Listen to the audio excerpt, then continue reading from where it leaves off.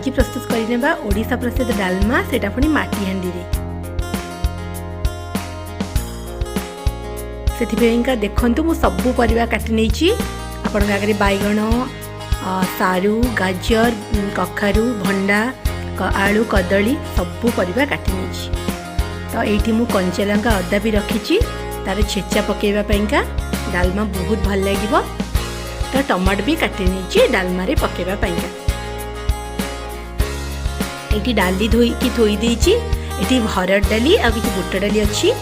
तो पानी तो फुटिलानी एबे चलंतु डाली पकई दबा।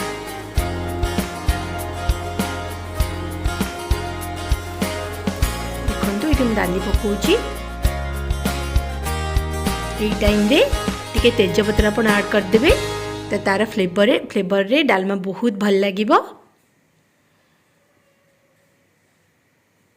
डाली ये फुटिलानी मु एबे परिवा सब गोटी गोटी करी ऐड करूची। तो ता पूर्व आपण मानकु कहि दोची जदि मो चैनल रे नुआ अछंती मो चैनल टी को सब्सक्राइब करि नेबे आउ बेल आइकन को भी प्रेस करि नेबे ताकि नया नया वीडियो नोटिफिकेशन आपण पाखु पड़ेबो।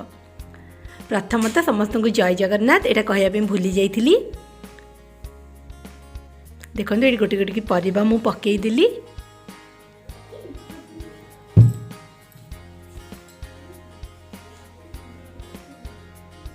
सबू परिवा गोटे गोटी पकई दिली। तापरे आपण परिवा अनुसार आपण हलदी लुण ऐड करेंगे। मु मो परिवा अनुसार हलदी लुण ऐड करुच्ची।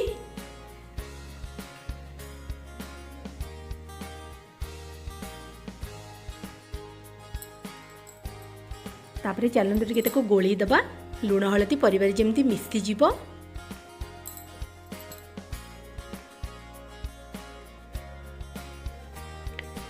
मिक्स करदे चलतु।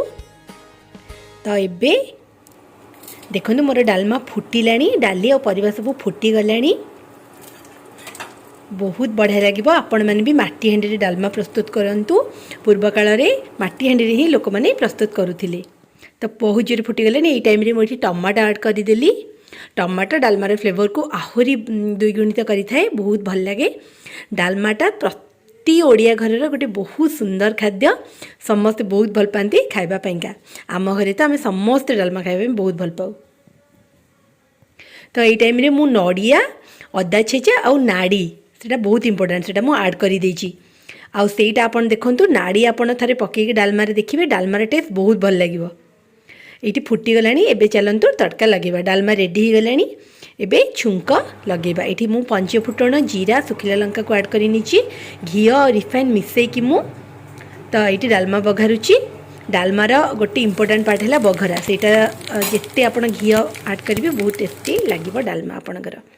तो ये चलतु यही छुंक तो हो गला। ये ऐड करदे से डालमा रे। डालमाटा बहुत सुंदर भी देखा जाउची। आ जेतु माटी हांडी रे हिची सेटा आहुरी सुंदर लगुची। ये फुटी गलानी डालमा। टिके ताकू भल के गोला गोली करदबा मिसी गला परे। तो जीरा लंका गुंडा भी ऐड करने भूलिबेनी। एटा गोटे भी बहुत डालमा को टेस्ट कराए। यही टाइम रे आपको भल के मिक्स करदबा। तो देखंतु केमती डालमा मोर देखा जाउची। नाड़ी नड़िया अदा छेचा एबे भृसंग पत्र फाइनाली मु पकेकरी एबे ताको गोली देबी। भृसंग पत्रर स्वाद तो आपण मन समस्त जानिथिबे। जो थरे भी आपण पकेबे बहुत भल लागिबो। देखो केते सुंदर देखा जाउची। आ अरिया भात संग को तो यहाँ आहुरी भल लागिबो।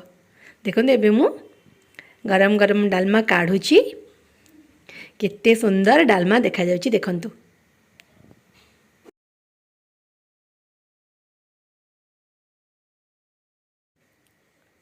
देखो से दिन कदली पत्र मु एमती सब बाढ़ी नहीं। अरिया भात डालमा भजिया